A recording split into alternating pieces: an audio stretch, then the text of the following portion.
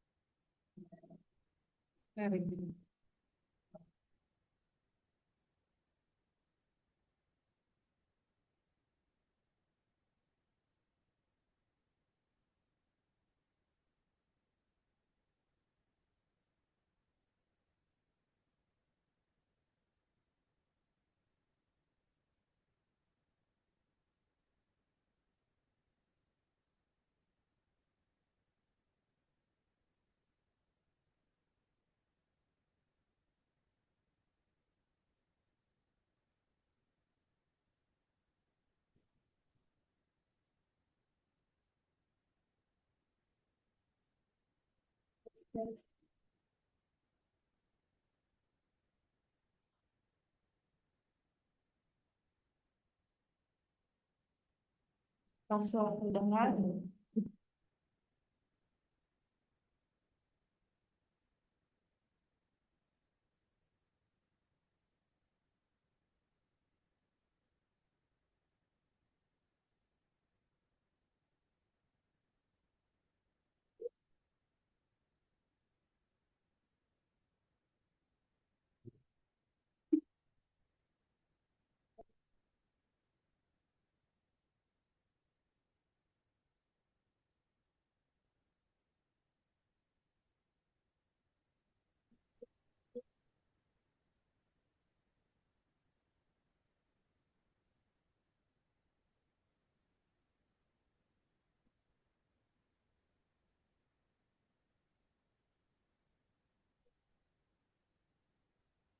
Kalau udah siap mulailah.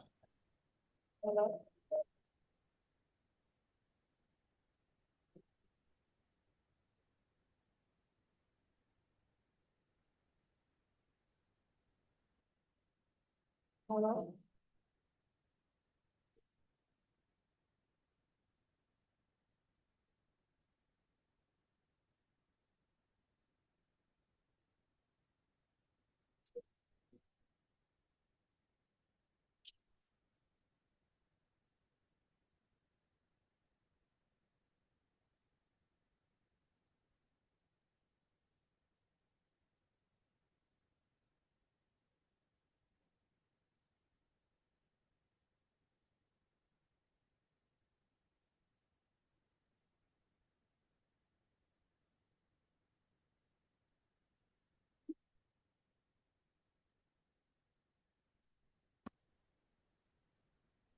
Halo.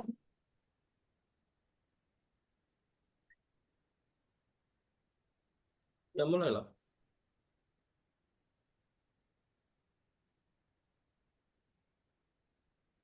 Udah Ustaz.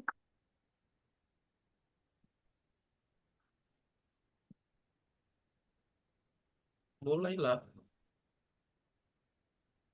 Ya. Mari Mari kita mulai.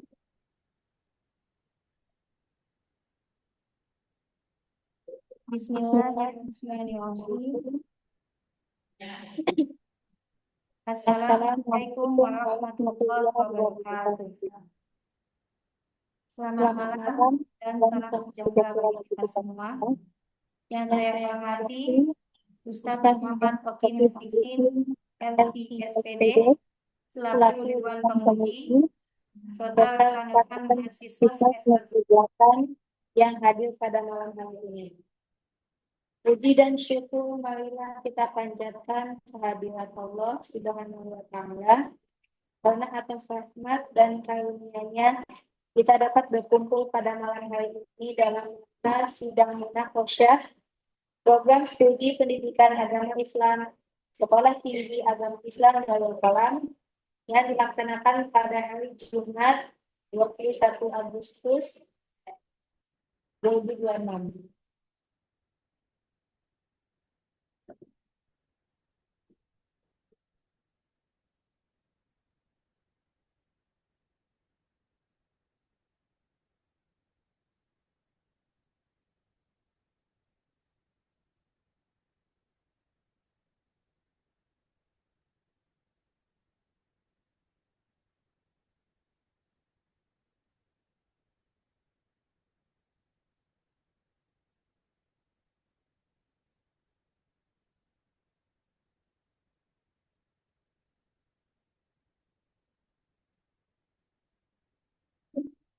Pembacaan susunan acara. Sebelum memulai, izinkan saya membacakan susunan acara pada malam hari ini. Yang pertama, pembukaan. Kedua, pelaksanaan sidang skripsi untuk 3 peserta secara berurutan. 3, penutup dan doa. Baik, mari kita masuki acara yang pertama. Hadirin yang berbahagia, kita memasuki inti acara pada malam hari ini, yaitu pelaksanaan sidang skripsi yang akan diikuti oleh 3 peserta, yaitu yang pertama Aisyah Naim Kiptiah dengan judul skripsi Analisis Problematika Pembelajaran Tajwid, Studi Kasus Identifikasi Hukum Nun Sukun dan Tanwin pada santriwati kelas 7 MTS Al-Irsyad Putri Tengaran. Yang kedua, Zahra Fajriyah Nur Aila dengan judul skripsi Internalisasi Nilai-Nilai Al-Quran melalui pembelajaran PAI dalam pembentukan akhlak peserta didik di STI Al-Fatah, Bekasi. Ketiga, Maritza Safiyah Calista dengan judul skripsi Manhaj Akidah Imam Syafi'i terkait konsep imam dan relevansinya terhadap pendidikan agama Islam. Studi analisis kitab Manhaj Akidah Imam Syafi'i karya Dr. Muhammad bin Abdul Wahab Al-Akil. Setiap peserta akan diberikan waktu kurang lebih 15 menit untuk mempresentasikan hasil penelitiannya. Baik, tanpa memperpanjang waktu, mari kita masuk di peserta sidang yang pertama. Kepada Saudari Aisyah Naim Kiptiah, dipersilakan.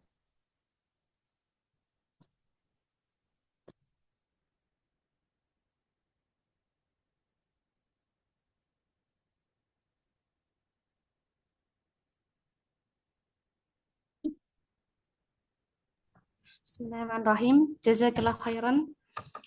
Assalamualaikum warahmatullahi wabarakatuh. Perkenalkan, nama saya Aisyah Naim Kiptiah. Di sini Ana akan mempresentasikan skripsi Ana yang berjudul Analisis Problematika Pembelajaran Tajwid, Studi Kasus Identifikasi Hukum Nun Sukun dan Tanwin pada santriwati kelas 7 MTS Al-Irsyad Putri Tengaran.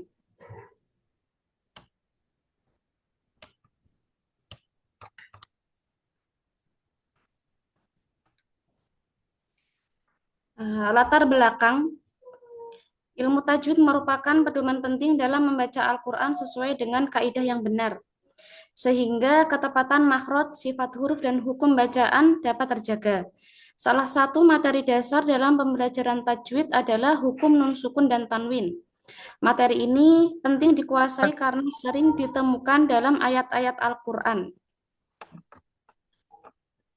Namun, berdasarkan hasil pengamatan dan pretest, masih ditemukan santriwati yang mengalami kesulitan dalam menghafal huruf penyebab hukum bacaan, membedakan jenis hukum bacaan, serta menerapkannya ketika membaca Al-Quran. Oleh karena itu, penelitian ini dilakukan untuk menganalisis problematika pembelajaran tajwid dalam mengidentifikasi hukum nun sukun dan tanwin beserta faktor-faktor yang mempengaruhinya. Berdasarkan latar belakang tersebut, penelitian ini dirumuskan dalam 3 rumusan masalah. Yang pertama, apa saja problematika dalam pembelajaran tajwid pada santriwati kelas 7 MTS Al-Irsyad Putri Tengaran. Yang kedua, bagaimana kemampuan santriwati dalam mengidentifikasi hukum nun sukun dan tanwin. Dan yang ketiga, faktor-faktor apa saja yang mempengaruhi kesulitan santriwati dalam mengidentifikasi hukum nun sukun dan tanwin. Tujuan penelitian. Tujuan penelitian ini terdiri dari 3 hal. Yang pertama, mengetahui problematika dalam pembelajaran tajwid pada santriwati kelas 7 MTS Al-Irsyad Putri Tengaran. Yang kedua, mengetahui kemampuan santriwati dalam mengidentifikasi hukum nun sukun dan tanwin. Yang ketiga, mengetahui faktor-faktor yang mempengaruhi kesulitan santriwati dalam mengidentifikasi hukum nun sukun dan tanwin. Tinjauan pustaka. Dalam penelitian ini terdapat beberapa konsep utama yang menjadi landasan penelitian. Yang pertama, pembelajaran tajwid, khususnya pada pemahaman dan penerapan kaidah tajwid. Yang kedua, hukum nun sukun dan tanwin. Yang mana hukum nun sukun dan tanwin ini meliputi idhar, idgham bi gunnah, idgham bila gunnah, iqlab dan ikhfa. Ketiga, problematika pembelajaran, yaitu kemampuan mengenali dan menentukan hukum bacaan. Selain itu, penelitian ini juga menggunakan penelitian yang relevan sebagai bahan perbandingan dengan penelitian yang dilakukan. Kerangka berpikir. Kerangka berpikir penelitian ini dimulai dari pembelajaran tajwid, khususnya pada materi hukum nun sukun dan tanwin. Selanjutnya, penelitian melihat kemampuan santriwati dalam mengidentifikasi hukum tersebut serta problematika yang muncul dalam proses pembelajaran. Kemudian, untuk memperoleh datanya, penelitian menggunakan beberapa teknik pengumpulan data. Data yang diperoleh kemudian dianalisis hingga diperoleh temuan penelitian. Jadi, kerangka berpikir ini menunjukkan alur penelitian dari permasalahan pembelajaran sampai diperolehnya hasil penelitian. Metode penelitian. Penelitian ini menggunakan pendekatan kualitatif deskriptif dengan pendekatan studi kasus. Penelitian dilaksanakan di MTS Al-Irsyad Putih Tengaran dengan subjek penelitian sebanyak 104 santriwati kelas 7. Untuk teknik sampling, penelitian menggunakan total sampling untuk tes dan angket, sedangkan purposive sampling digunakan untuk wawancara dan validasi tes lisan. Data dikumpulkan melalui observasi, pretest, tes tertulis, tes lisan, wawancara, angket, dan dokumentasi. Selanjutnya, analisis data. Analisis data. Menggunakan model analisis interaktif melalui 3 tahap, yaitu reduksi data, penyajian data, penarikan kesimpulan. Keabsahan data. Keabsahan data ini dilakukan melalui triangulasi. Triangulasinya ada 2, yaitu triangulasi sumber dan triangulasi teknik. Problematika pembelajaran. Berdasarkan hasil penelitian, ditemukan 3 problematika utama. Yang pertama adalah kesulitan menghafal. Kesulitan menghafal ini santriwati mengalami kesulitan dalam menghafal huruf-huruf penyebab hukum bacaan. Yang kedua adalah kesulitan membedakan. Maksudnya adalah santriwati masih mengalami kesulitan dalam membedakan jenis hukum nun sukun dan tanwin. Yang ketiga, masih ditemukannya juga kesulitan dalam menerapkan. Maksudnya, santriwati ini masih melakukan kesalahan dalam menerapkan hukum nun sukun dan tanwin ketika membaca Al-Quran.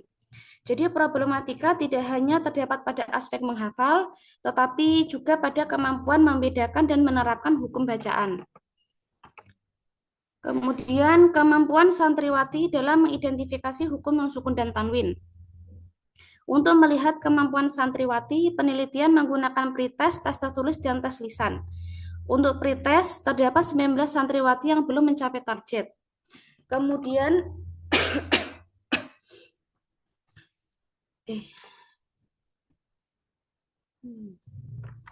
Kemudian, setelah dilaksanakan pembelajaran, pada tes tertulis, seluruh santriwati mencapai nilai di atas KKM, dan untuk tes lisan, seluruh santriwati juga mencapai nilai di atas KKM.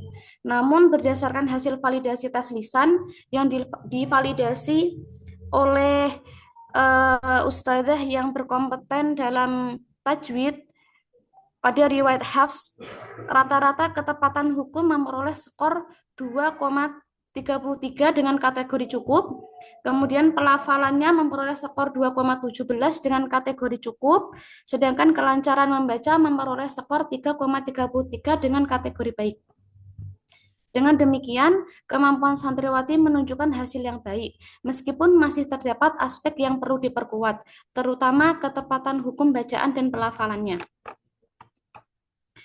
Kemudian faktor-faktor yang mempengaruhi kesulitan santriwati. Faktor-faktor yang mempengaruhi kesulitan santriwati terbagi menjadi 2, yaitu faktor internal dan faktor eksternal. Untuk faktor internal meliputi kesulitan menghafal huruf-huruf penyebab hukum bacaan, kurangnya ketelitian dalam membedakan hukum bacaan, serta perbedaan kemampuan awal santriwati. Untuk faktor eksternalnya, berkaitan dengan perbedaan latar belakang pembelajaran tajwid sebelumnya. Berdasarkan hasil penelitian, faktor internal lebih dominan dalam mempengaruhi kesulitan santriwati. Kemudian berdasarkan hasil penelitian, problematika pembelajaran itu berkaitan dengan kemampuan santriwati dalam memahami, mengingat, dan menerapkan hukum nun sukun dan tanwin. Kemudian dari sisi kemampuan, terdapat peningkatan dari hasil pretest, tes tertulis, hingga tes lisan. Namun demikian, masih ditemukan kesalahan pada ketepatan hukum bacaan dan pelafalan. Dari faktor yang mempengaruhi, faktor internal lebih dominan dibandingkan faktor eksternal. Oleh karena itu, pembelajaran perlu diperkuat melalui latihan berulang, penguatan hafalan huruf penyebab hukum bacaan, serta praktik membaca Al-Quran. Kesimpulannya, berdasarkan hasil penelitian dapat disimpulkan menjadi 3 hal. Yang pertama, problematika pembelajaran tajwid, yaitu meliputi kesulitan menghafal huruf penyebab hukum bacaan, membedakan jenis hukum nun sukun dan tanwin, serta menerapkannya dalam membaca Al-Quran. Kedua, kemampuan santriwati dalam mengidentifikasi hukum nun sukun dan tanwin menunjukkan hasil yang baik setelah pembelajaran, meskipun masih terdapat kesulitan pada ketepatan hukum bacaan dan pelafalan. Kemudian, yang ketiga, kesulitan santriwati dipengaruhi oleh faktor internal dan eksternal, dengan faktor internal yang lebih dominan. Saran, adapun saran yang dapat diberikan yaitu yang pertama saran bagi guru. Diharapkan dapat meningkatkan variasi metode dan memberikan latihan pembelajaran tajwid secara berulang dan terarah. Kemudian bagi santriwati diharapkan meningkatkan latihan mandiri dalam menghafal huruf penyebab hukum bacaan dan praktik membaca Al-Quran.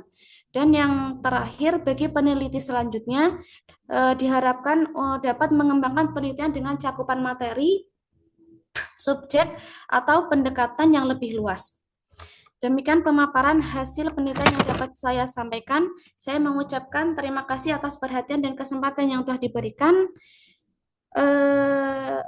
Saya mengharapkan kritik dan saran dari dosen penguji untuk penyempurnaan penelitian ini. Jazakumullahu khairan. Assalamualaikum warahmatullahi wabarakatuh.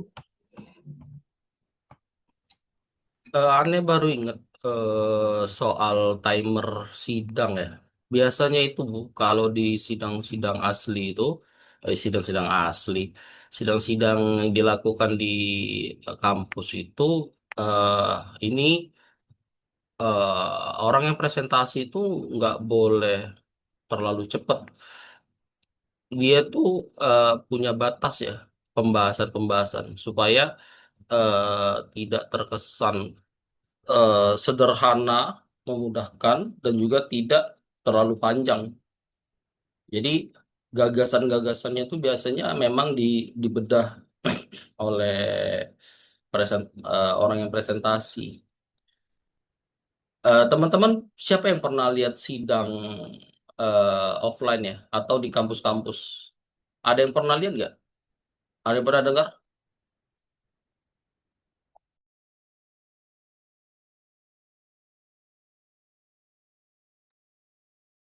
Aisyah Naim Kiptia pernah lihat sidang di kampus? Belum, Ustaz.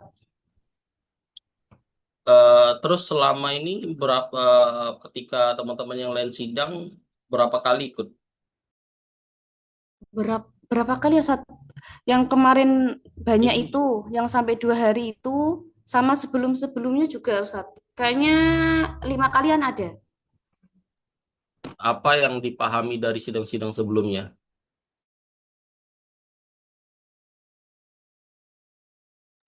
Eh, karena kan bermacam-macam ya Ustaz ya mereka mempresentasikannya. Jadi yang Ana pahami itu sebagian besar itu mereka mempresentasikan inti dari penelitiannya, proses penelitiannya juga.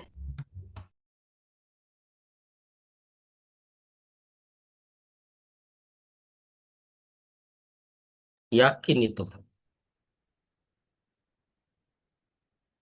Malahan itu selama kalian presentasi nggak pernah dapat inti penelitian sih sebenarnya. Makanya beberapa waktu yang lalu itu yang 3 orang aneh memberikan contoh presentasi. Yang terakhir kemarin ya Ustadz ya. Iya, masuk nggak yang ketika Ah, aneh Ana, memberikan Ana contoh yang presentasi? kemarin nggak ikut Ustadz kodarullahnya. Siapa yang ikut memberi aneh yang ngasih contoh presentasi? Ada yang ikut nggak di sini? Fajriyah, Maritza, siapa yang ikut?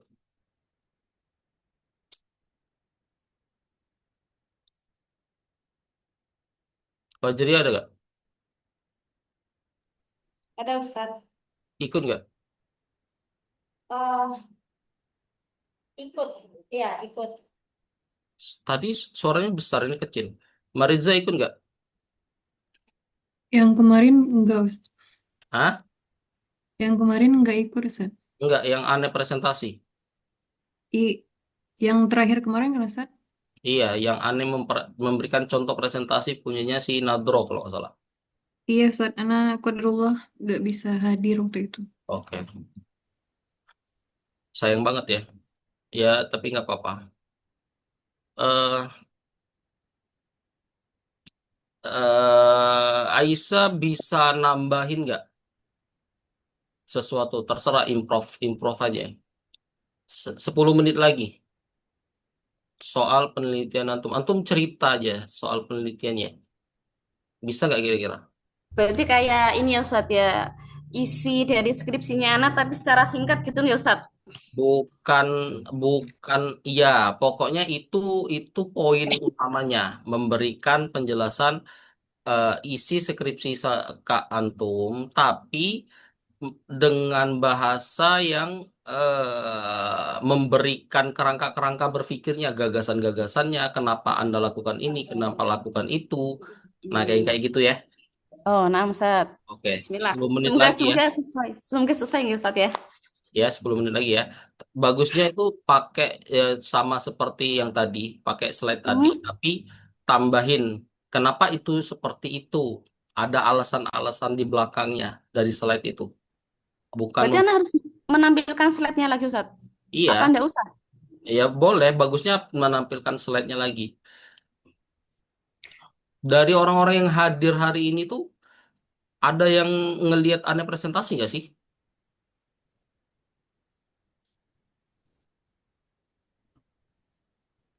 Ana, Ustadz. Nah, antum ngelihat nggak bedanya anak presentasi itu apa dengan yang lain? Ada nggak menurut antum bedanya? Ada. Apa? Ustadz menjelaskan misalnya kayak pas kajian pustaka, mengapa memilih pakai referensi ini, alasan-alasannya itu dijelaskan. Iya, itu sebenarnya poin. Coba Salma, bisa bantu jelasin apa bedanya?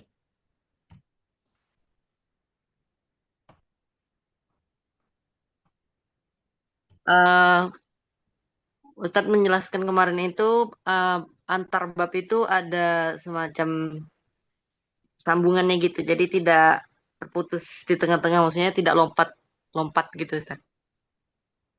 Itu yang Anda tangkap. Maksudnya? Maksudnya eh penjelasannya itu runut, kemudian antara bab 1 ke bab 2 ke bab 3 itu eh transisi ininya halus gitu Ustadz. Jadi tidak membingungkan dan bisa diambil gagasannya gitu Ustaz, dari yang dijelaskan.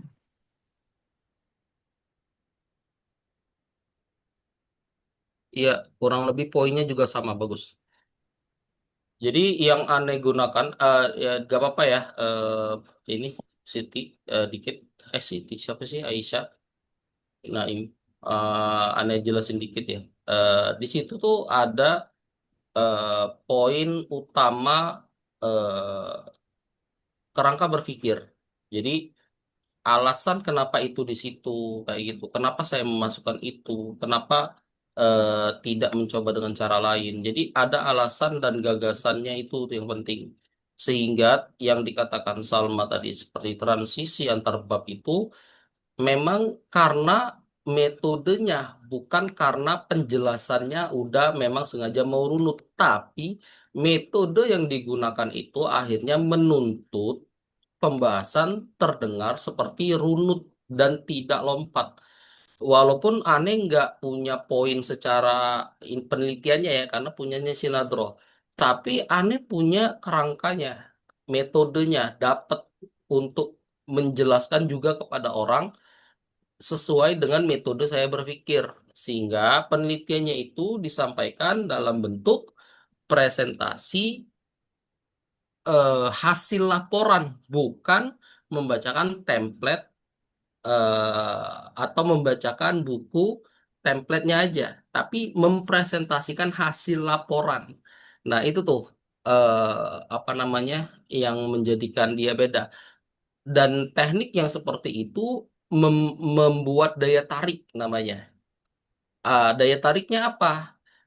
eh, Orang mau menyimak atau kalau kita mengajukan kepada misal ada project, ada misal kita di dunia perusahaan di sekolah misal, saya mengajukan kepada sekolah, sekolahnya pasti tertarik karena kenapa? Full gagasan, full gagasan itulah yang susah dicari. Nah, dalam penelitian itu harusnya kayak gitu disampaikan walaupun isinya sederhana banget, cuma makan cireng 5 misal isinya, tapi kenapa dia mau makan cireng, cireng itu sejarahnya seperti apa, bagaimana cireng itu akhirnya dikenal masyarakat Indonesia, siapa yang pertama kali apa namanya memperkenalkan cireng secara nasional, kemudian cireng itu didukung oleh siapa saja, dan bagaimana langkah ke depan nanti cireng ini ingin kita bawa. Nah, yang seperti itu yang akhirnya membuat isi presentasi yang isinya makan 5 cireng menjadi sebuah masterclass kayak gitu tuh. Kayak walaupun dia makan 5 cireng, tapi akhirnya orang tertarik mau membahas cireng itu dalam perspektif yang berbeda. Kayak gitu ya. Coba, silakan.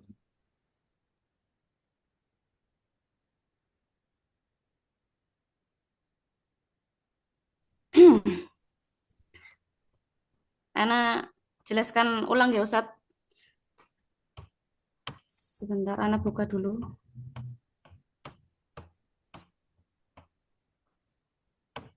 Nggih, nggih. Duh, segera mana PPT saya hilang. Oke.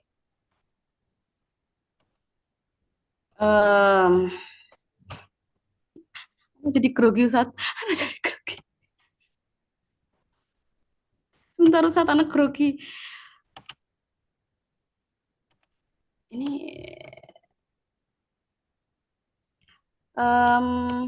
apakah terlihat Ustadz? Ini Ana. Nggak usah grogi, nggak usah bertanya. Sebentar Ustadz, sebentar Ustadz. Oh, nggak bisa diklik ya. Sesuai dengan kerangka berpikir Ana tadi yang Ana share, yang Ana jelaskan. Jadi penelitian saya ini dia bermula, dia bermula dari pada pembelajaran tajwid di kelas 7 MTS Alisat Putih Tengaran, khususnya pada materi hukum nun sukun dan tanwin. Yang mana pada pembelajaran tersebut itu saya menemukan bahwa masih banyak atau masih ada beberapa santriwati yang mengalami kesulitan. Kesulitannya itu terutama dalam menghafal huruf-huruf penyebab hukum bacaan. Kemudian ada juga yang dia itu susah dalam membedakan hukumnya dan menerapkannya ketika membaca Al-Quran. Nah, karena masalah itu, jadinya saya kemudian ingin melihat lebih jauh. Jadi pengen tahu kenapa problematika apa yang menyebabkan anak-anak atau kemampuan santriwati mengidentifikasi hukum nun sukun dan tanwin ini, dia ada problemnya apa gitu. Yang mana eh Ana juga pengen tahu kira-kira apa saja, ini nggak terlihat ternyata. Kira-kira apa saja faktor yang hmm, mempengaruhi atau menyebabkan si santriwati ini mengalami kesulitan. Jadi untuk menjawab hal itu, akhirnya Ana meneliti dengan cara mengumpulkan data. Dan pengumpulan data ini Ana menggunakan banyak banyak cara, seperti ada observasi awal yang Ana jelaskan tadi, bahwasanya Ana melihat ada anak ketika membaca hukum nun sukunnya terkadang tidak diterapkan, kemudian ketika ditanya mereka tidak tahu hukumnya apa, kemudian akhirnya Ana melakukan pretest awal. Pretest sebelum diadakannya pembahasan tentang hukum bacaan nun sukun dan tanwin. Kemudian setelah Ana melaksanakan pretest, ternyata hasilnya walaupun tidak banyak, masih ada beberapa santriwati yang mereka itu mengalami kesusahan. Jadi hasilnya sangat-sangat di bawah KKM gitu. Nah, akhirnya setelah dilaksanakannya, guru itu melakukan pembelajaran, dilaksanakanlah tes tertulis. Tes tertulis, kemudian ada juga tes lisan. Untuk tes tertulis dan tes lisan ini, untuk hasilnya sudah bagus. Kemudian ada juga wawancara, kemudian ada angket juga dan dokumentasi. Dan untuk pengumpulan data ini, dia bukan data yang akhirnya menjadi kuantitatif, dia hanya data pendukung agar hasil yang saya temukan atau data yang saya temukan itu dia lebih konkret, lebih apa ya? Lebih konkret itu lebih lebih konkret pokoknya, Kak. Konkret. Pusat anak grogi sekali. Jadi biar data yang Ana ambil itu benar-benar betul dan tidak ada kesalahan sedikit pun. Jadinya Ana menggunakan pretest, kemudian tes tertulis, tes lisan itu agar dia betul. Kemudian karena tes lisan itu harus ada landasannya, jadinya saya meminta seorang ustadzah yang kompeten di dalam tajwid yang beliau mendapatkan sanad dari riwayat Hafs yang dipakai di Indonesia. Jadinya Ana melakukan validasi tes lisan. Jadi tes lisan itu ada dua, tes lisan yang dia itu secara keseluruhan dan tes lisan yang Ana ambil dari purposive sampling. Begitu. Kemudian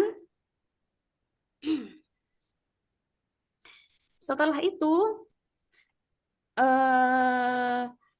nanti data-data itu akan akan analisis yang mana akan keluarlah kesimpulan.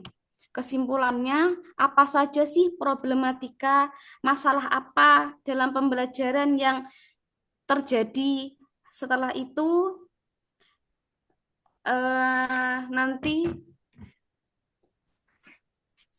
nanti akan Ana simpulkan melalui deskripsi. Begitu, Sat. Masih 2 menit lagi aja. Masih 2 menit lagi.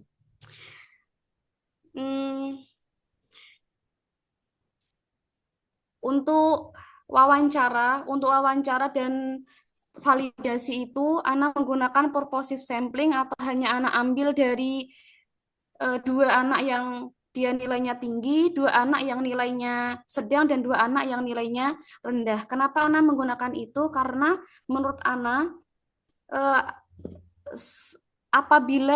karena dia purposive sampling, jadi Ana mengambil dari nilai rata-rata. Ana menggabungkan antara anak yang sudah bisa, anak yang sedang, dan anak yang belum bisa. Begitu. Tapi untuk tes tertulis dan tes lisan yang dia tes lisan yang dia bersama dengan guru mapelnya itu kita menggunakan semua sampling. Jadi semua anak 104 anak dia mengikuti tes tertulis dan tes lisan, kecuali anak-anak yang uzur, entah dia sakit ataupun izin tidak masuk sekolah. Begitu. Sudah 2 menit, Sat.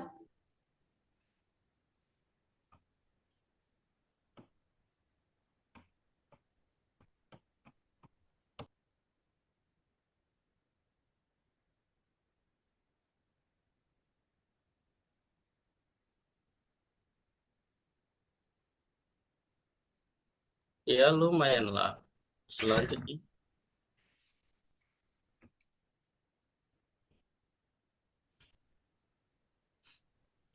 Nah, baik, selanjutnya peserta sidang yang kedua yaitu kepada Saudari Zahra Fajriyah Nur Ailah, kami persilahkan.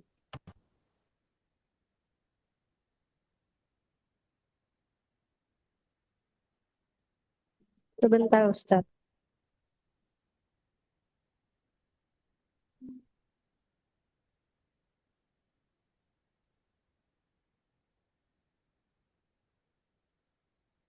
Mana?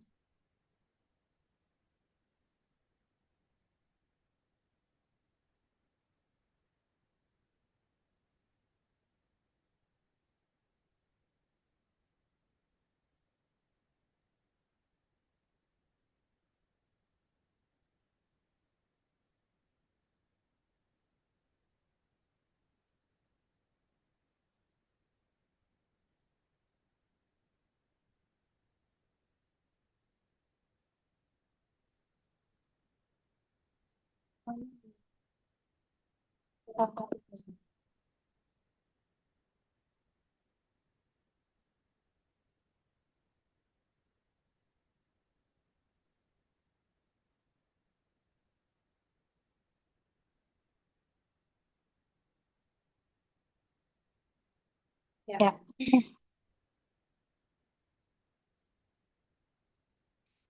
Bismillahirrahmanirrahim. Assalamualaikum warahmatullahi wabarakatuh. Yang saya hormati Ustadz Muhammad Oki Mukhlisin, LCSPD, selaku Dewan Penguji Sidang pada malam hari ini, serta mahasiswa semester 8 yang hadir pada malam ini.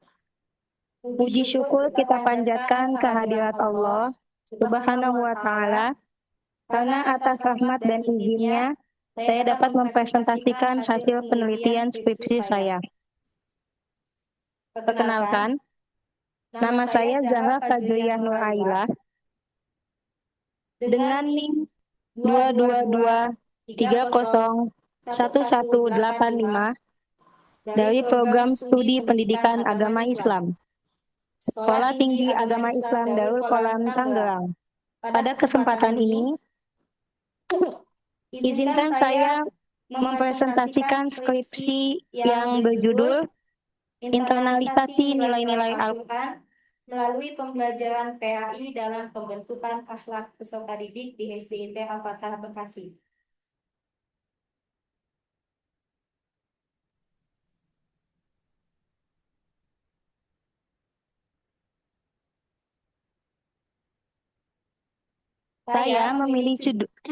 Saya memilih judul ini karena 2 alasan utama.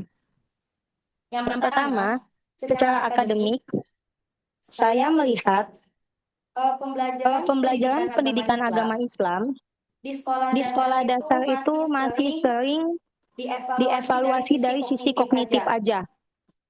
Kayak apakah peserta didik menguasai materi, atau apakah nilai ujiannya bagus. Hanya sekedar itu. Padahal esensi PAI sesungguhnya adalah bagaimana nilai-nilai itu terwujud dalam akhlak peserta didik dalam kesehariannya mereka. Ada jarak antara antara mengetahui dan menjadi, dan jarak inilah yang saya ingin teliti secara empiris. Lalu, alasan yang kedua, Secara praktis, saya memiliki akses langsung ke lapangan karena saya merupakan guru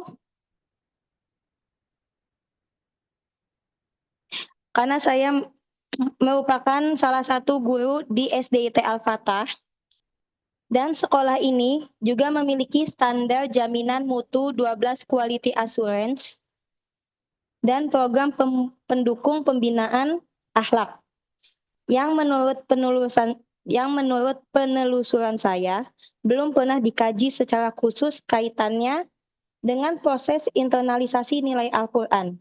Dan disitulah celah penelitian yang saya isi. Selanjutnya, latar belakang masalah, konteks dan fenomena. Al-Quran menjadi pedoman utama pembentukan akhlak manusia. Namun, nilai-nilai tersebut tidak cukup hanya dipahami secara kognitif saja, tetapi perlu diinternalisasikan melalui proses pendidikan agar terwujud dalam sikap dan perilaku peserta didik dalam sehari-hari. Disinilah pembelajaran PAI berperan sangat penting. Lalu, kesenjangan yang terjadi, sejumlah penelitian menunjukkan adanya pembelajaran pendidikan agama Islam masih sering berfokus pada aspek formal dan kognitif, penguasaan materi, pencapaian nilai, sementara internalisasi nilai ke dalam sikap dan perilaku peserta didik belum sepenuhnya berhasil.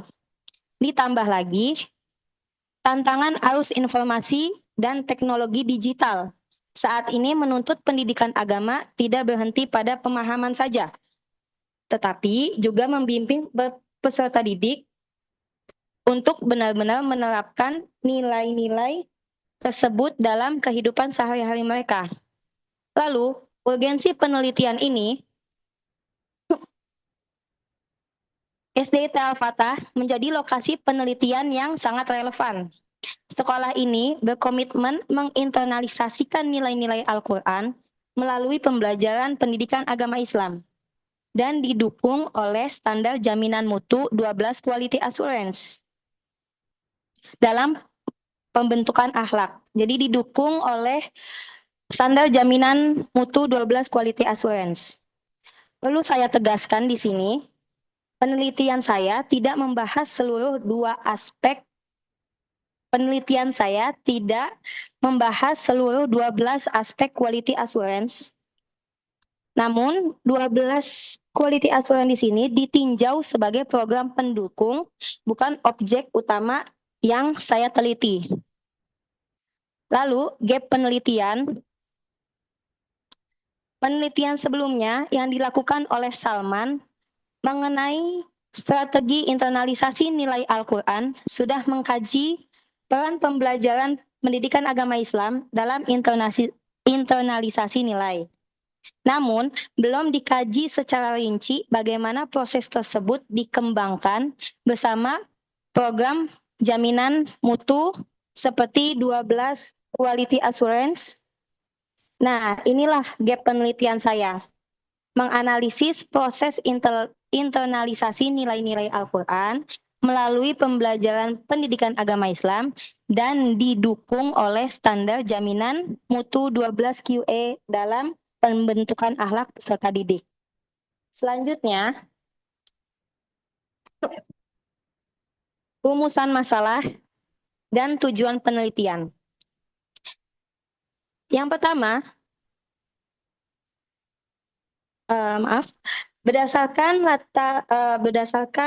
latar belakang yang telah saya sebutkan, saya merumuskan 5 rumusan masalah yang sejalan dengan 5 tujuan penelitian. Yang pertama, bagaimana proses internalisasi nilai-nilai Al-Quran melalui pembelajaran PAI di SDIT Al-Fatah. Tujuannya adalah untuk mendeskripsikan proses internalisasi nilai-nilai Al-Quran tersebut. Yang kedua, bagaimana pembelajaran pendidikan agama Islam berperan dalam pembentukan akhlak peserta didik. Tujuannya untuk menganalisis peran pembelajaran pendidikan agama Islam tersebut. Yang ketiga, bagaimana strategi guru pendidikan agama Islam dalam menginternalisasikan nilai-nilai Al-Quran. Tujuannya untuk mengidentifikasi strategi guru pendidikan agama Islam tersebut. Lalu yang keempat, bagaimana implementasi standar jaminan mutu 12 QE dalam mendukung proses internalisasi. Tujuannya untuk menganalisis dukungan standar jaminan 12 QE tersebut. Dan yang terakhir, apa saja faktor pendukung dan penghambat proses internalisasi nilai-nilai Al-Quran? Tujuannya untuk mengidentifikasi faktor pendukung dan penghambat tersebut. Kelima rumusan masalah ini yang akan menjadi kerangka acuan saya dalam menyusun instrumen wawancara, observasi, dan analisis data pada bab selanjutnya. Selanjutnya, manfaat penelitian dibagi menjadi dua, yaitu manfaat teoritis dan manfaat praktis. Dalam penelitian saya mengharapkan memberikan kontribusi yang baik secara teoritis. Penelitian ini diharapkan memberikan kontribusi pemikiran bagi pengembangan ilmu pendidikan agama Islam, khususnya mengenai proses internalisasi nilai-nilai Al-Quran pada jenjang sekolah dasar, sekaligus memperkaya literatur mengenai pembentukan akhlak melalui standar jaminan mutu pendidikan Islam di SDIT. Lalu, manfaat praktis bagi SDIT Al-Fatah adalah hasil penelitian ini bisa menjadi bahan evaluasi dan masukan untuk mengoptimalkan implementasi 12 QE. Lalu, bagi guru pendidikan agama Islam, penelitian ini memberikan gambaran strategi yang efektif dalam menginternalisasikan nilai-nilai Al-Quran. Tidak hanya berhenti pada aspek kognitif saja. Dan bagi saya sendiri sebagai peneliti, penelitian ini menambah wawasan serta pengalaman langsung dalam menganalisis fenomena internalisasi nilai di lingkungan pendidikan. Lalu, selanjutnya,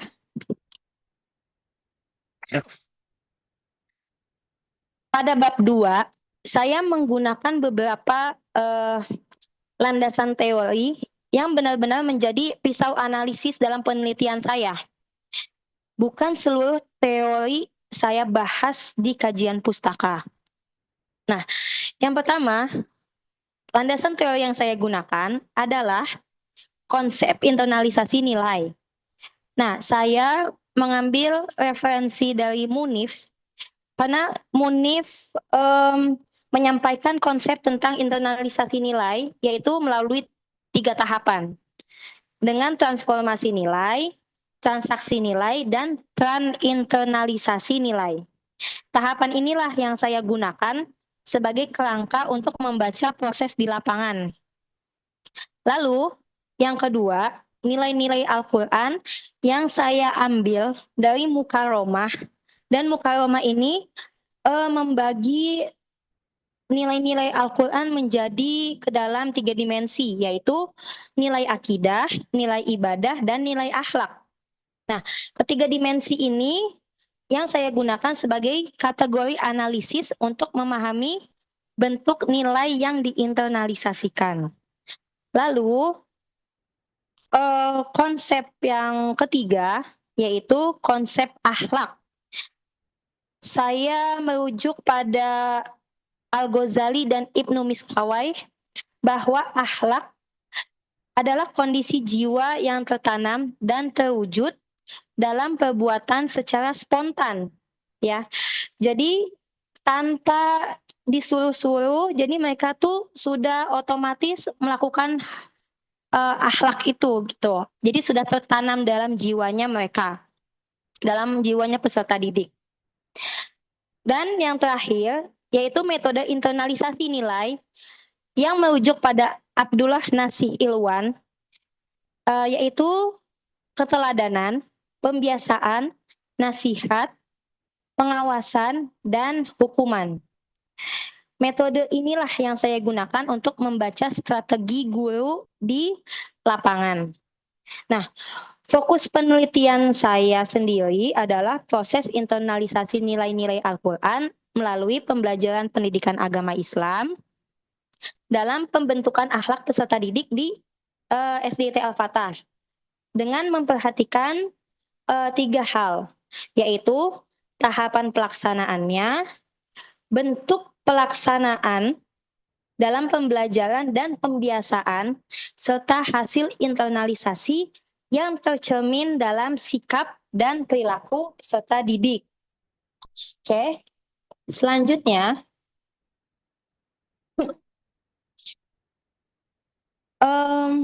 metode penelitian yang saya gunakan yaitu kualitatif deskriptif dengan desain studi kasus yang berlokasi di Sekolah Dasar Islam Terpadu Al-Fatah, Bekasi.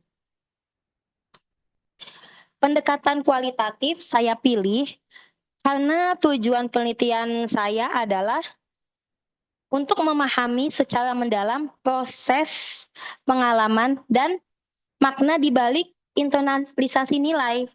Jadi bukan untuk mengukur atau menguji hubungan antar variabel dengan statistik, dengan angka. Lalu, subjek penelitian yang saya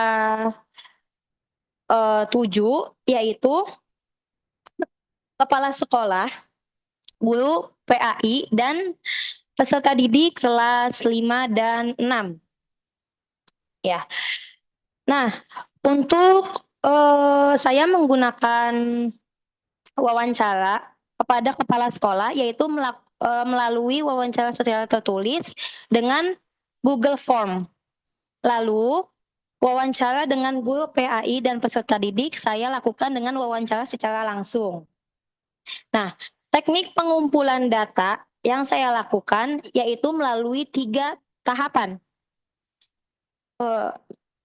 Melalui 3 cara, yaitu wawancara semi terstruktur, lalu observasi partisipatif, karena saya berpartisipasi langsung, karena saya adalah guru di dalam SDIT Al-Fatah itu. Lalu kemudian dokumentasi berupa foto kegiatan serta dokumen pendukung. Nah,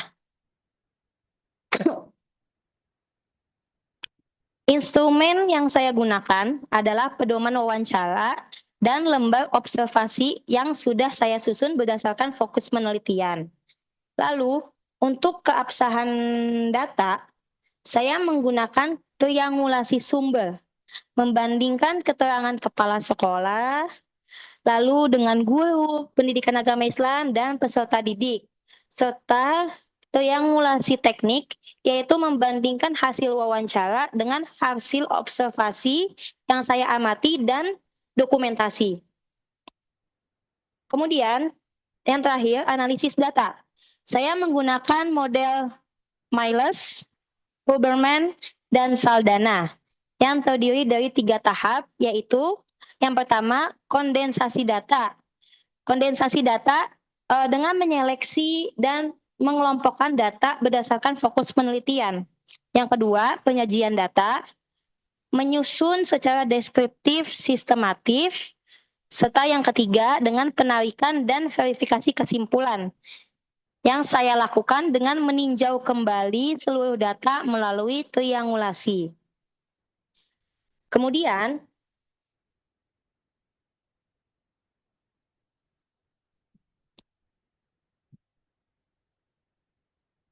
hasil penelitian yang saya dapatkan, saya susun berdasarkan 5 rumusan masalah yang telah saya sampaikan di awal. Saya akan menyampaikan intinya saja.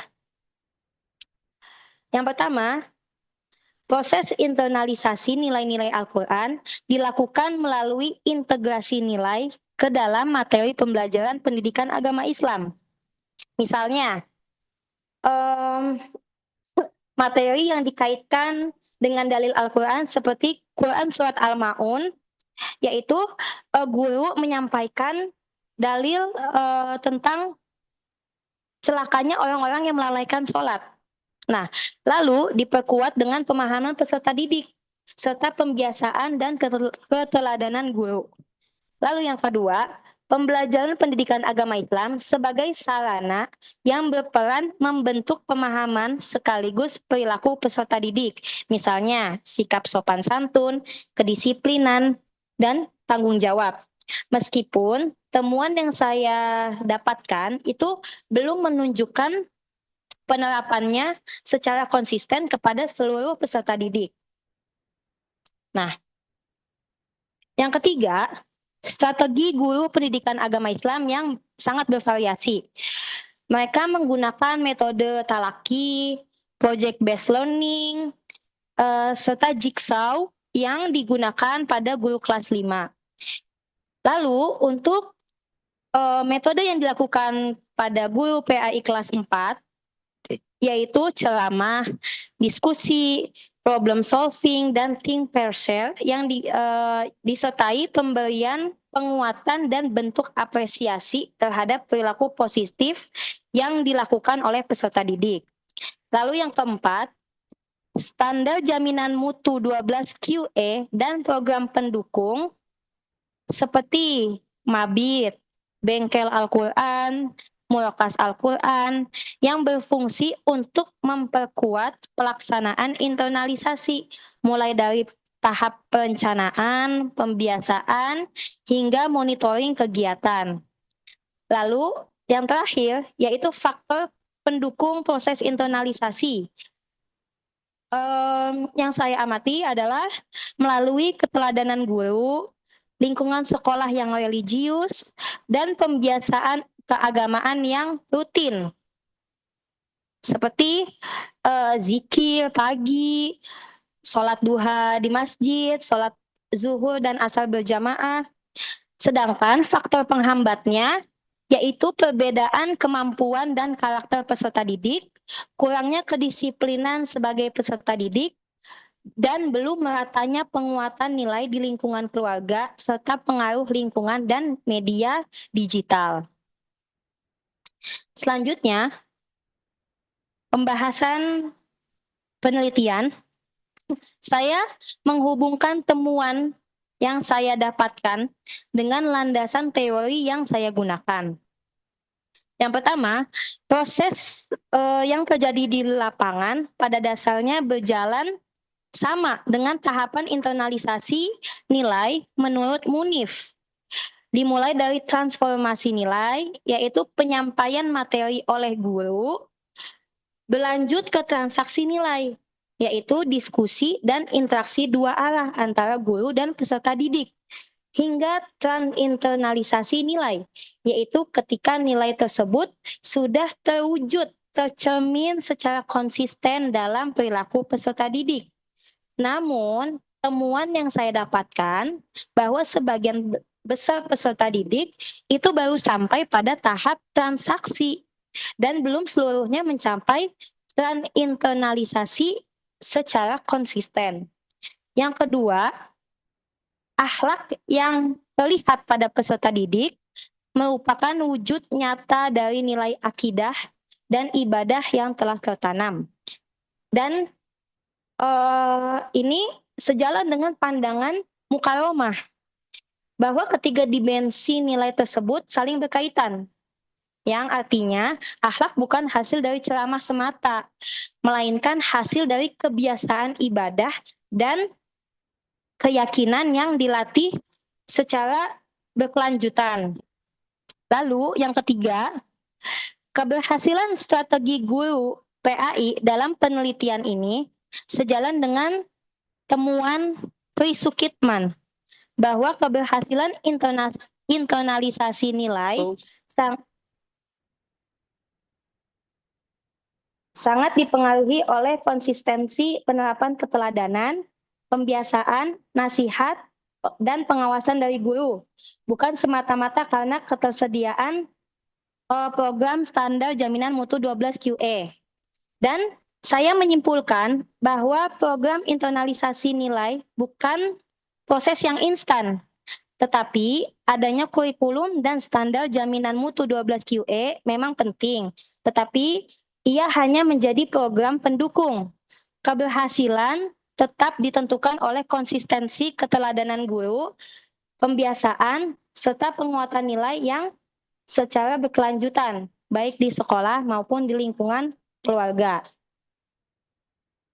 Lalu, kesimpulan dan saran, ya, berdasarkan seluruh pembahasan yang sudah saya paparkan, bisa saya simpulkan bahwa internalisasi nilai-nilai Al-Quran di SDIT Al-Fatah berlangsung melalui integrasi materi pembelajaran, keteladanan guru, dan pembiasaan keagamaan yang didukung oleh standar jaminan mutu 12 QE.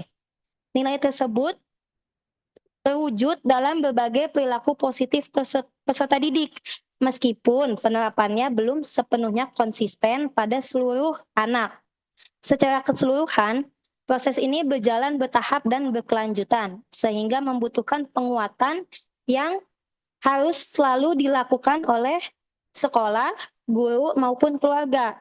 Dengan demikian, seluruh rumusan masalah dalam penelitian saya telah terjawab. Saya juga menyampaikan 5 saran yang saya tujukan kepada peserta didik agar meningkatkan kesadaran menerapkan nilai secara konsisten di luar kelas. Lalu bagi guru pendidikan agama Islam, untuk mempertahankan keteladanan sambil menyesuaikan metode dengan karakter peserta didik. Kemudian bagi sekolah, agar terus memonitor dan mengevaluasi pelaksanaan 12 QE. Lalu, bagi orang tua, untuk melanjutkan pembiasaan nilai dan pengawasan media digital di rumah. Dan bagi penelitian selanjutnya, agar memperluas cakupan informan, lokasi, serta mengkaji lebih dalam efektivitas program yang serupa. Ya, demikian presentasi yang dapat saya sampaikan. Saya menyadari skripsi ini masih memiliki keterbatasan dan saya sangat terbuka untuk menerima masukan, koreksi, maupun pertanyaan dari Ustadz untuk menyempurnakan penelitian ini. Jazakumullahu khairan atas perhatian, arahan, dan kesediaan Ustadz untuk menguji dalam sidang skripsi saya. Wassalamualaikum warahmatullahi wabarakatuh.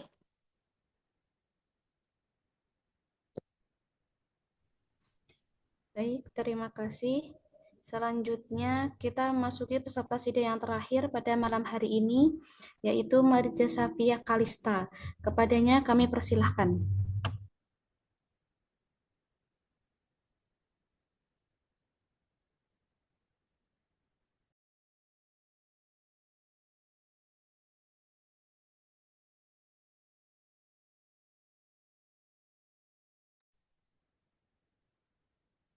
Bismillah. Assalamualaikum warahmatullahi wabarakatuh. Innal hamdalillah nahmaduhu wa nasta'inuhu wa nastaghfiruh wa na'udzu billahi min syururi anfusina wa min sayyiati a'malina may yahdihillahu fala mudilla lahu wa may yudlil fala hadiya lahu. Asyhadu an la ilaha illallah wa asyhadu anna Muhammadan abduhu wa rasuluh la nabiyya ba'da amma ba'du.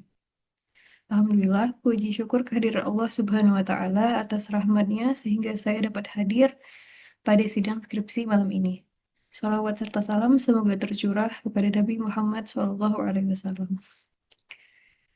Yang saya hormati, Bapak dosen penguji Ustadz Muhammad Oki Muhlisin, serta hadirin sekalian, perkenalkan nama saya Mariza Safia Kalista dengan NIM 222301083. Pada kesempatan ini, saya akan mempresentasikan skripsi saya yang berjudul Pemikiran Imam Asy-Syafi'i.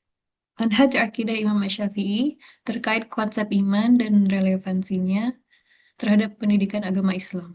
Studi analisis kitab Manhaj Akidah Imam Syafi'i karya Dr. Muhammad bin Abdul Wahab Al-Aqil. Penelitian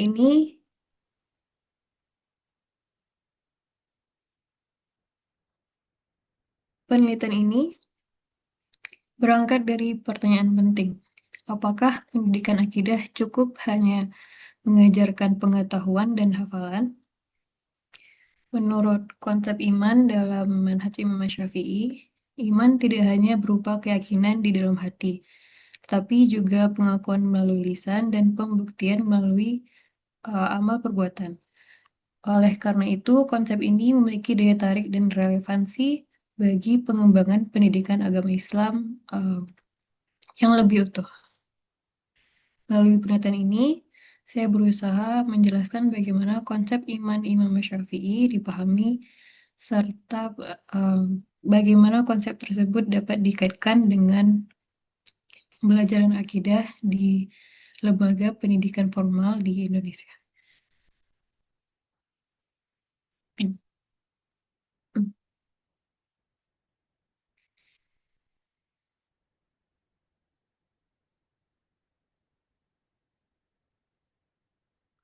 Bab 1, pendahuluan latar belakang masalah.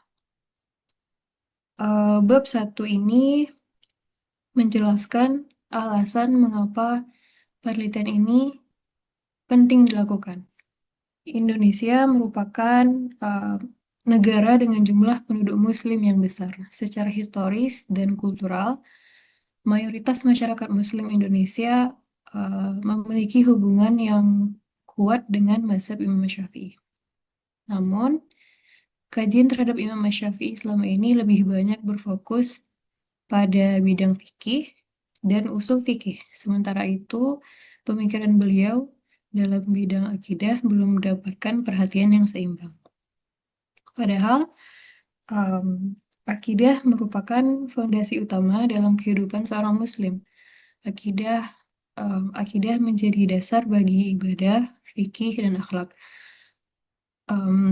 Apabila akidah hanya dipelajari sebagai teori dan hafalan, peserta didik mungkin memiliki pengetahuan agama, tetapi belum tentu mampu menginternalisasikan nilai-nilai tersebut dalam sikap dan perilaku.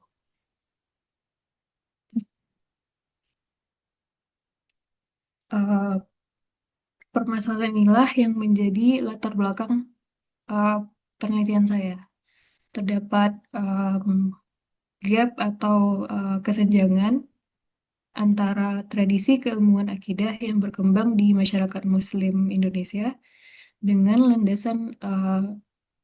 landasan metodologis yang digunakan dalam pembelajaran akidah. Penelitian ini kemudian dibatasi pada pembahasan konsep iman Imam Syafi'i, khususnya 3 unsur iman, yaitu yang pertama tasdik bil qalb, yaitu pembenaran atas keyakinan dalam hati. Yang kedua, iqrar bil lisan, yaitu pengakuan atau pernyataan melalui lisan. Yang ketiga, amal bil arkan, yaitu pengamalan melalui anggota badan. Berdasarkan batasan tersebut, penelitian ini memiliki 2 rumusan masalah.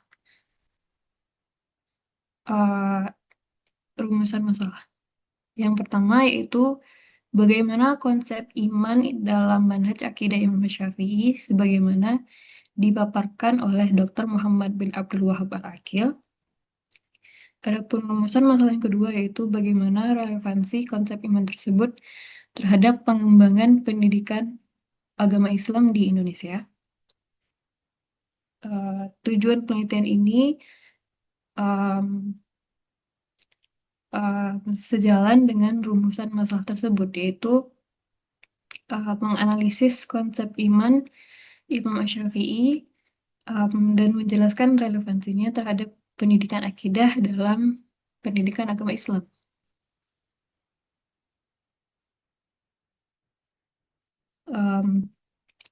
Secara teoretis, penelitian ini diharapkan dapat memperkaya kajian akidah dan pendidikan agama Islam. Secara praktis, penelitian ini diharapkan dapat menjadi masukan bagi lembaga pendidikan dan pendidik dalam mengembangkan pembelajaran akidah yang lebih sistematis dan menyeluruh.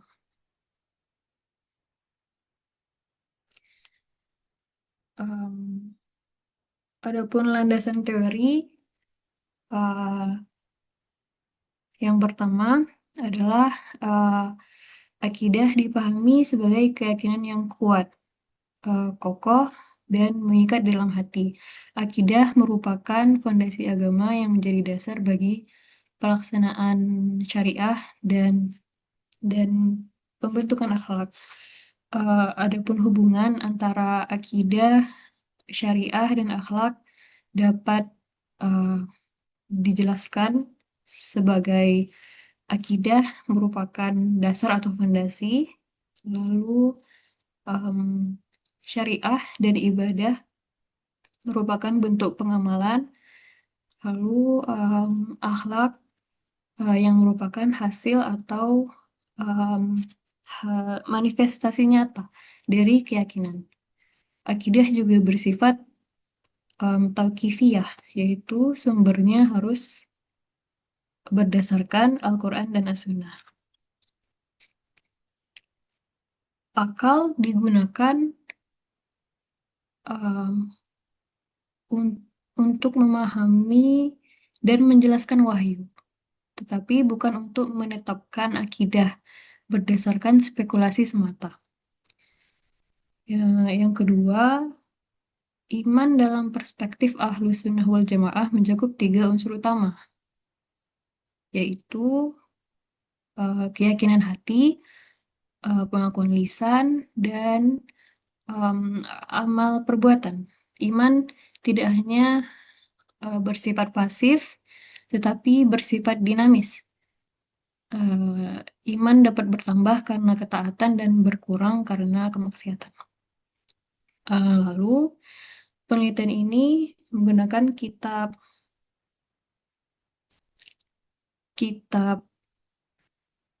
Manhaj Imam Syafi'i, Manhaj Akidah Imam Syafi'i, karya Dr. Muhammad bin Abdul Wahab Al-Aqil sebagai sumber primer.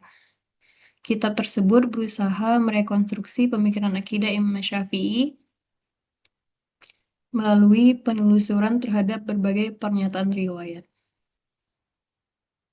dan asar yang dinisbatkan kepada beliau.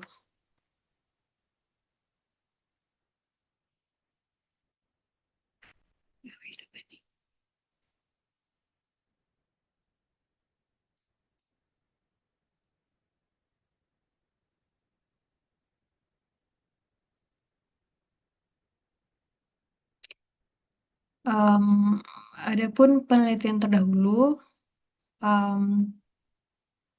yaitu penelitian Azdi dan kawan-kawan di tahun 2018 yang berjudul Konsep Akidah dalam Perspektif Pendidikan Islam, yang bersifat umum dan belum mengkaji pemikiran akidah tokoh tertentu seperti Imam Syafi'i.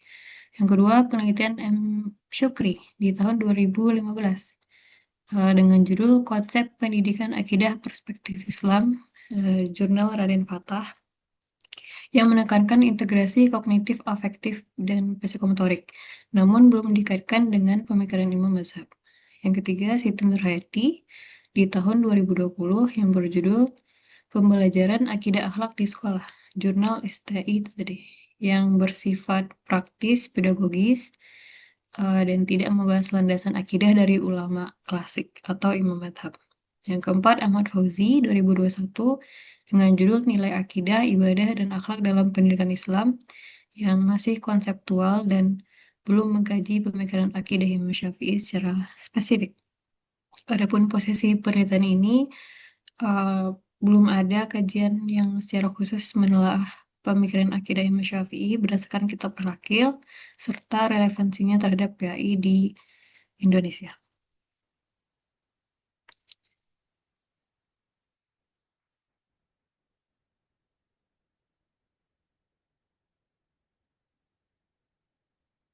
Lalu, desain dan metode penelitian.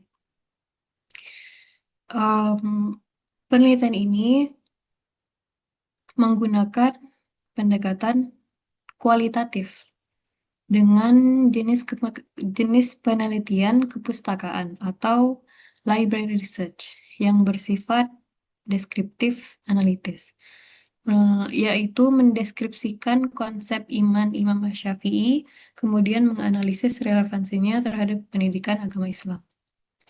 Adapun sumber data terbagi dua, yaitu sumber data primer dan sekunder.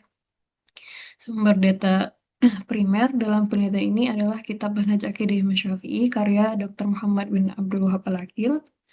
Sementara sumber data sekunder meliputi buku, jurnal, artikel ilmiah, serta berbagai literatur yang membahas pemikiran Imam Syafi'i, lalu akidah Ahlus Sunnah wal Jamaah, pendidikan akidah, sejarah mazhab Syafi'i, lalu pendidikan agama Islam. Adapun teknik pengumpulan data dilakukan melalui dokumentasi, studi literatur, pencatatan, dan pengkodean isi. Adapun teknik analisis yang digunakan itu meliputi analisis isi untuk mengidentifikasi tema-tema penting dalam kitab, lalu analisis deskriptif untuk menjelaskan pemikiran Imam Syafi'i secara sistematis, lalu analisis komparatif untuk membandingkan konsep iman dengan kebutuhan pendidikan PAI, lalu ada analisis induktif untuk menarik kesimpulan berdasarkan data-data khusus yang telah dianalisis. Kitab Manhaj Aqidah Imam Syafi'i. Tentang kitab ini adalah pengembangan disertasi PhD penulis di Fakultas Dakwah dan Usuluddin Universitas Islam Madinah di tahun 1993. Adapun pendekatan dipakai adalah pendekatan istiqra', yaitu induktif atas pernyataan Imam Syafi'i dan diuji melalui sanad dan kesesuaian dengan prinsip Ahlus Sunnah wal Jamaah. Lalu bercorak asari dan berbasis nos, bukan sistematika teori kalam. Merekonstruksi manhaj salaf Imam Asy-Syafi'i secara utuh. Adapun tentang penulis, Dr. Muhammad bin Abdul Wahab Al-Aqil, beliau lahir di tahun 1960 Masehi dan wafat pada tanggal 12 Januari 2024. Beliau adalah seorang doktor di Universitas Al-Madinah dengan disertasi yang berjudul Manhaj Imam Asy-Syafi'i dalam menetapkan akidah. Beliau juga dulunya merupakan dekan Fakultas Dakwah dan Usuluddin di Universitas Islam Madinah, dan beliau juga merupakan seseorang yang konsisten pada manhaj salaf serta dibimbing ulama besar bidang akidah.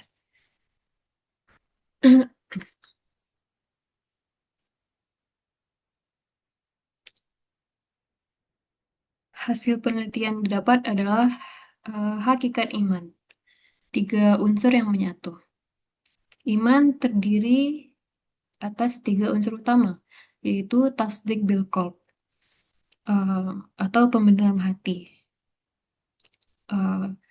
Tasdik bil qalb berarti pembenaran dan keyakinan hati terhadap seluruh ajaran yang dibawa oleh Rasulullah SAW. Unsur ini menunjukkan bahwa iman harus memiliki dasar keyakinan batin. Iman tidak cukup hanya berupa pengakuan formal, tetapi harus benar-benar diyakini oleh hati. Yang kedua, iqrar bil lisan, yang berarti pengakuan atau pernyataan melalui lisan. Pengakuan lisan merupakan bentuk lahiriah dari keyakinan seseorang. Melalui lisan, seseorang menyatakan keimanannya dan mengakui prinsip-prinsip ajaran Islam. Yang ketiga, amal bil arkan, yang berarti pengamalan iman melalui anggota badan. Dalam konsep ini, amal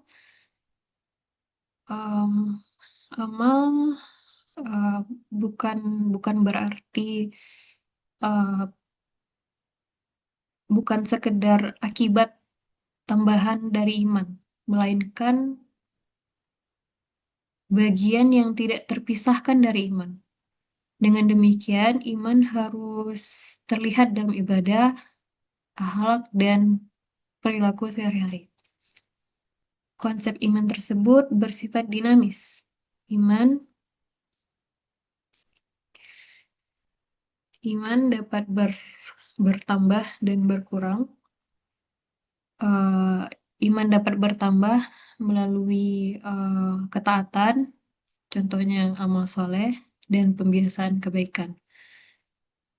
Dan juga iman dapat berkurang karena kemaksiatan dan perilaku yang bertentangan dengan ajaran Islam.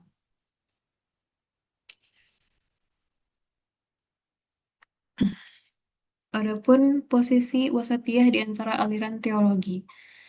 Ahlussunnah wal Jamaah meyakini bahwa iman terdiri atas 3 unsur, yaitu i'tiqad, qaul, dan amal. Dan juga iman adalah merupakan dinamis yang bisa bertambah dan berkurang. Maka dari itu posisinya berada di tengah atau wasatiyah. Ada kelompok murji'ah yang percaya bahwa amal di luar iman atau iman tidak bertambah atau berkurang, yang artinya statis. Ada juga kelompok Khawarij yang memvonis kafir bagi pelaku dosa besar, murtakibul kabair.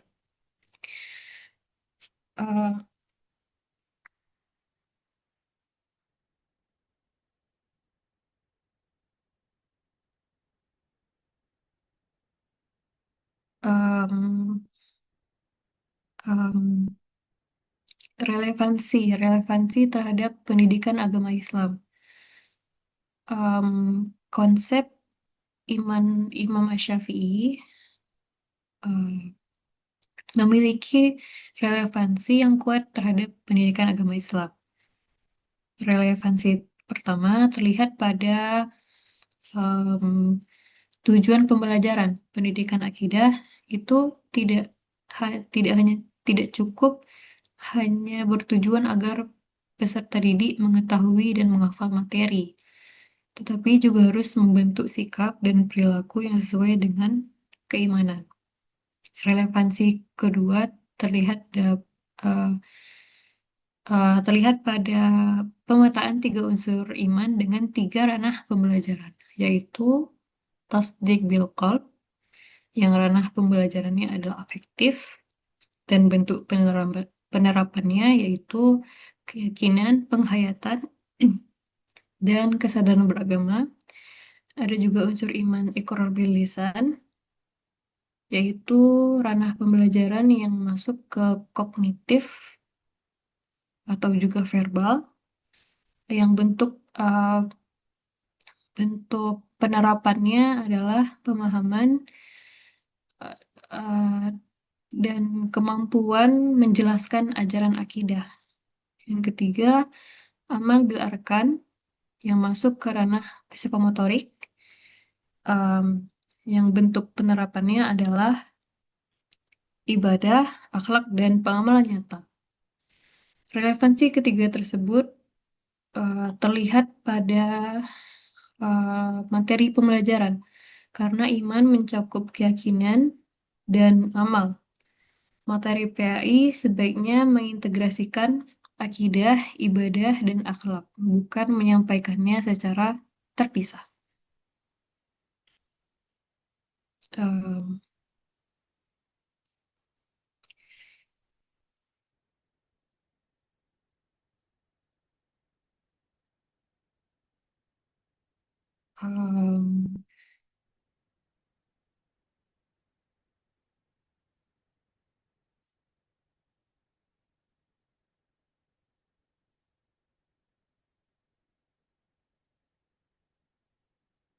Relevansi ketiga unsur tersebut terlihat pada materi pembelajaran, karena iman mencakup keyakinan dan amal. Materi PAI sebaiknya mengintegrasikan akidah, ibadah, dan akhlak, bukan menyampaikannya secara terpisah. Kesimpulan yang pertama, konsep iman Imam Asy-Syafi'i yaitu komprehensif dan integratif. Eh, Kesatuan tasdik bil qalb, lalu ikrar bil lisan, lalu amal bil arkan, dan juga bersifat dinamis, bercorak athari, juga konsisten dengan manhaj salaf dan eh, posisi wasatiyah di antara Murji'ah, Khawarij, serta Jahmiyah atau Mu'tazilah. Yang kedua, relevansi terhadap PAI.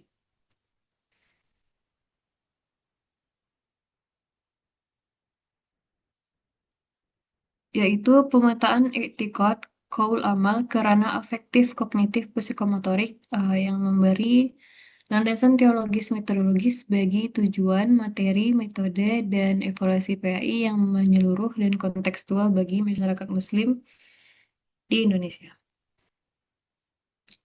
Saran, eh, yang pertama bagi lembaga pendidikan agar menjadikan pemetaan 3 unsur iman, yaitu etikot, kol, dan amal sebagai acuan kurikulum dan evaluasi akidah akhlak yang menyeluruh. Yang kedua, bagi pendidik PAI agar mengintegrasikan metode keteladanan dan pembiasaan secara konsisten sejalan dengan sifat dinamis iman. Yang ketiga, bagi peneliti selanjutnya agar memperluas kajian pada tauhid asma wa sifat, qadar, serta melengkapi dengan penelitian lapangan atau field research. Yang keempat, bagi pengembang kebijakan agar menjadikan temuan ini sebagai bahan pertimbangan penguatan landasan teologis kurikulum akidah sesuai peraturan Kementerian Agama nomor 183 di tahun 2019. Terima kasih atas perhatian Bapak, dosen penguji, dan teman-teman semua. Jazakumullah khairan. Wassalamualaikum warahmatullahi wabarakatuh.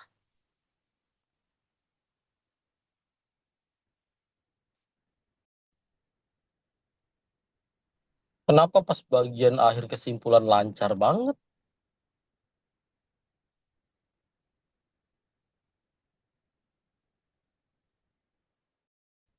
Terus bagian ngejelasinnya tidak melancar.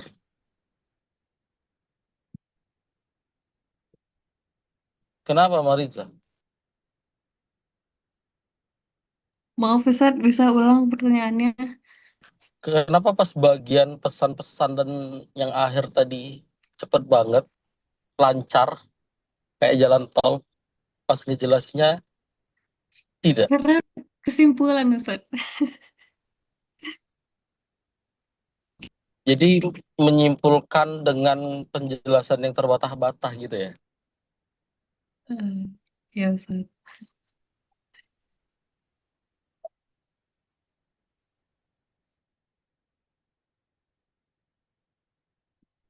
Ya, syukron. Sebelumnya coba teman-teman perhatikan. Ani syukron ya sama siapa tadi yang kedua?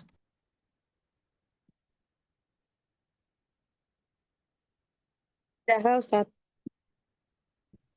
Iya, pertama kalinya aneh denger mulai kelihatan akhirnya kerangka berpikir ketika presentasi. Pertama kali loh dari semua skripsi. Karena antum hadir ketika aneh dari contoh presentasi kan.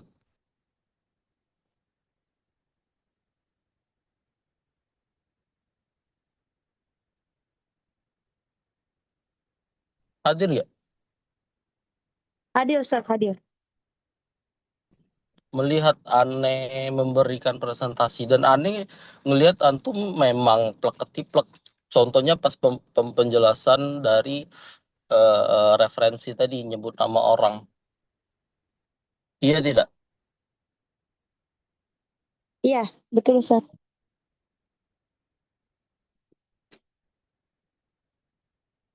Kenapa gunakan cara Iya yang Ustaz. sama? Kenapa gunakan cara yang Karena sama? Ya,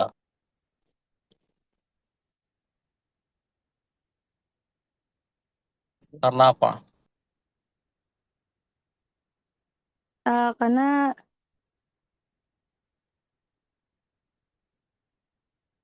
Bagaimana Ustadz? Afwan. Kenapa gunakan cara yang sama dengan ya intinya kenapa antum gunakan cara itu untuk menjelaskan itu? Karena saya hanya mencontohkan apa yang Ustadz contohkan. Apakah itu berarti akan selamat kalau melakukan yang saya lakukan? Eh, Wallahu alam Ustadz.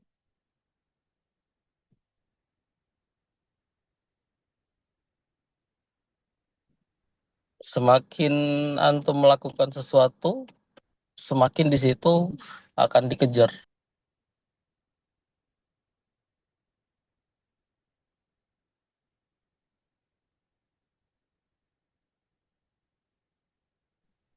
Coba antum simpulkan gagasan dengan 5 kalimat deh. 5 kalimat, 5 kata deh dari penelitian antum Fajri ya. Simpulkan gagasannya. Jadi bagaimana Ustadz? Afwan ulang. 10 kata lah, 10 kata kalau nggak. Ya, jadi internalisasi nilai-nilai Al-Quran. Saya internalisasi nilai-nilai Al-Quran itu dilakukan melalui pembelajaran pendidikan agama Islam. Nah, kenapa? Karena pendidikan agama Islam ini adalah sarana yang sangat penting untuk dalam pembentukan akhlak peserta didik. Gitu, Ustaz. Coba yang pertama. Yang pertama, maksudnya gimana Ustaz? Yang pertama. Peneliti yang pertama. Oh, penelitian yang pertama.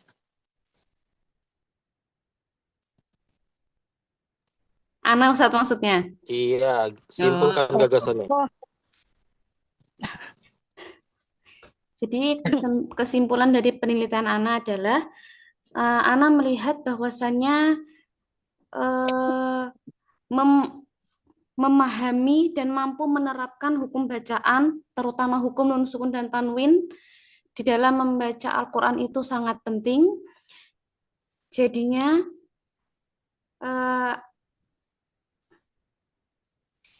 Ana berkeinginan untuk mencari kira-kira problem apa santriwati dalam menghadapi kesulitan itu. Begitu.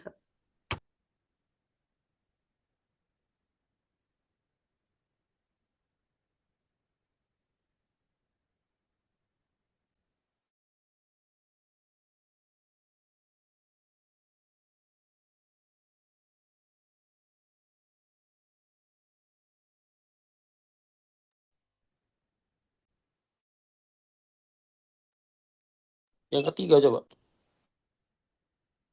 Simpulan hasil penelitian Ustaz.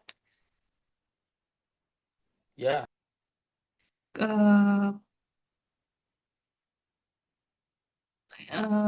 Yang pertama, kesimpulannya itu konsep iman Imam Syafi'i sebagaimana dikonstruksi oleh Dr. Muhammad bin Abdul Wahab Al-Aqil terdiri dari 3 unsur yang saling terintegrasi, yaitu tasdik bil qalb dan juga ikrar bil lisan dan amal bil arkan. Dan juga iman itu bersifat dinamis, bertambah